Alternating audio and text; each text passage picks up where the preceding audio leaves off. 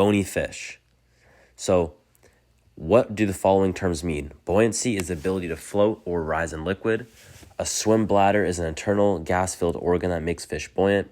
And the operculum or the operculum is a flap of tissue that covers gills and bony fish. What is the correct term for the following questions? The open water region of the ocean, that's the pelagic.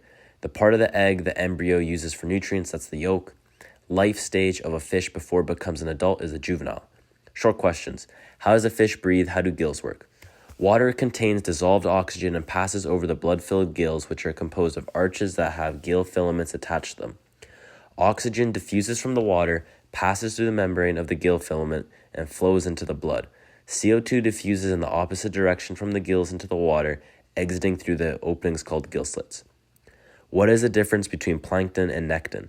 Plankton are wanderers that mainly float or drift near the water surface. Nekton are marine animals and have the ability to swim. How do bony fish reproduce? Separate sexes, external fertilization. Large numbers of eggs are produced to ensure some survive. And during the larva stage, which lasts a few weeks, the young hatchlings grow to about 2 millimeters in length. What is the life cycle of a typical bony fish? The life cycle includes the egg stage, larva stage, post-larval stage, juvenile stage, and adulthood. What is unusual about reproduction in seahorses?